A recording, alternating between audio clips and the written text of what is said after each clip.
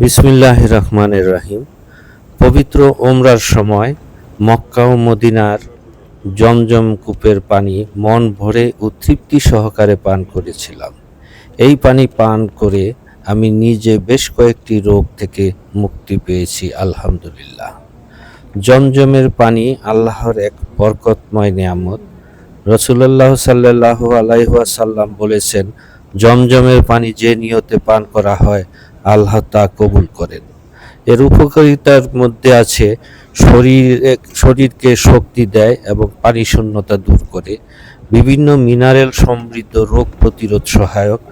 গবেষণায় দেখা গেছে জমজমের পানিতে জীবাণু জন্মায় না, মনকে শান্ত করে এবং ঈমানি প্রশান্তি দেয়। জমজমের পানি পান করার সুন্নত। বিসমিল্লাহ বলে পান করতে হয়। দোয়া করে 3 ভাগে ভাগ করে পানি খেতে হয়।